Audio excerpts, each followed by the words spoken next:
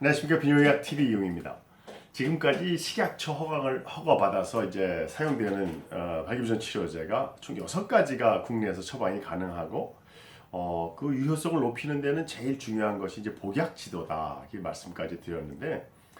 그 약제 선택에 대해서 의사들이 생각하는 발기부전 선택하는 조건은 우선적으로 얼마나 환자가 심각한가를 파악하려고 기저질환을 보고, 또 복용하는 약물과 상충되는지 또 평가해보고, 또 그분의 나이에 맞는 또 연관된 성적인 패턴, 어떤 성행동, 그다음에 치료에 대한 기대 정도, 이런 것들을 복합적으로 약제를 선택하면서 경제성을 고려해야 된다, 이런 생각을 하고요. 반대편에서 환자 측에서 원하시는 거는 또 발기부전 치료제가 먹는 즉시 효과가 나타나면서 아주 실패할 확률이 없는 아주 유효성이 높은 약물을 선택했으면 좋겠고, 두 번째는 나의 건강 상태나 나의 상태에 비추었을 때 부작용이 좀 적었으면 좋겠고, 세 번째는 또 이렇게 얼마나 복용을 자주 해도 되는지, 또 장기적으로는 약의 용량은 어떻게 해야 되는지, 이런 것들을 이제 관심이 있으시고, 마지막에 또 경제성도 생각을 하시는 거죠. 양쪽에서 생각하는 것이 다른 것 같지만 거의 비슷하긴 해요. 우선적으로 뭘 고려하느냐, 이런 생각인데, 결국은 개별적인 이런 복약지도와 그분의 그 성적인 패턴에 맞춘 그 적절한 약제를 선택하고 용량을 결정하는 과정이 필요한데, 제가 오늘 말씀드리려고 하는 거는 지난 크리스마스 이브 날 30즈음에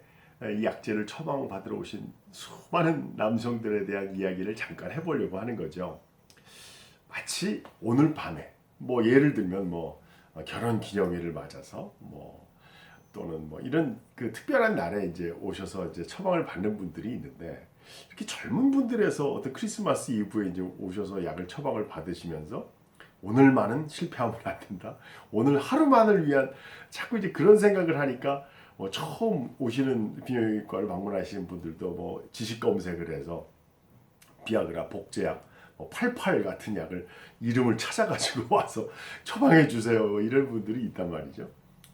10중 8구 다 그런 분들인 것 같지만, 또 일부는 조루증이라든지 아니면 그 새로운 파트너와의 어떤 미묘한 어떤 문제, 그 상담하고 싶은 그런 문제들을 가지고 와서 털어놓기도 하죠.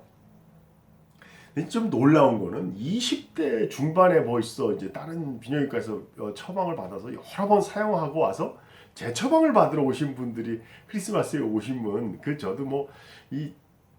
설명하는 시간이 쫓기다 보니까 충분한 설명 못 해드리고 그냥 재처방을 해드린 분들도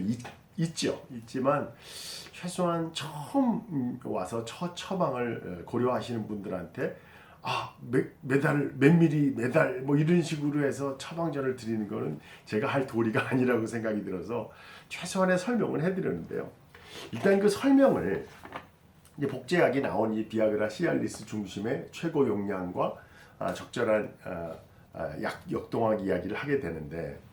이 약동학 이야기가 뭔가 하면, 여기 이제 각 6가지 약제별로 제가 분홍색 글씨로 이제 시간을 얘기해 놨죠. 이걸 좀 확대를 해서 제일 처방을 많이 하는 처방할 수 있는 이 비아그라 시알리스, 자이데나 엠빅스의 4시간, 20시간, 12시간, 3시간 이렇게 쓰여 있는 이 글자를 제가 보여드리는 거는, 우리 몸에서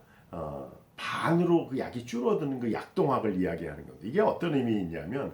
이러한 반감기를 이용해서 우리 몸에서 어느 정도 작동하느냐에 따라 용량을 결정해서 근본적인 치료제로 개발된 약들이 있고, 또 어떤 경우는 일회용 약으로 지금도 처방되는 약이 있고, 이런 차이가 있는 거죠. 예를 들어서 시알리스를 설명을 드리면, 중열에 20mg, 반 용량 10mg을 필요할 때마다 쓴다 그러면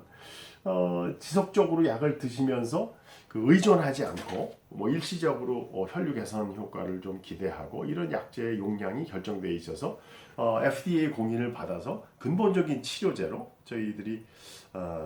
약물을 선택하고 있는데, 이 피아그라 시알리스 이전 시대에도 혈류 개선제가 있었습니다. 그러니까 저희가 지금 생각하시는 것처럼 어떤 알약 하나로 이걸 근본적인 치료를 하는 것이 아니고, 혈류 개선제를 이분이 적절하게 복용했을 때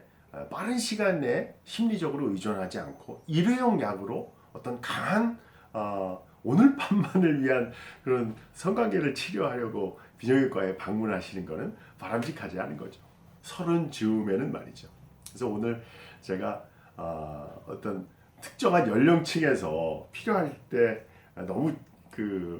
급한 마음으로 이런 치료를 상담하러 오신 분들에 대한 이야기를 했는데, 앞으로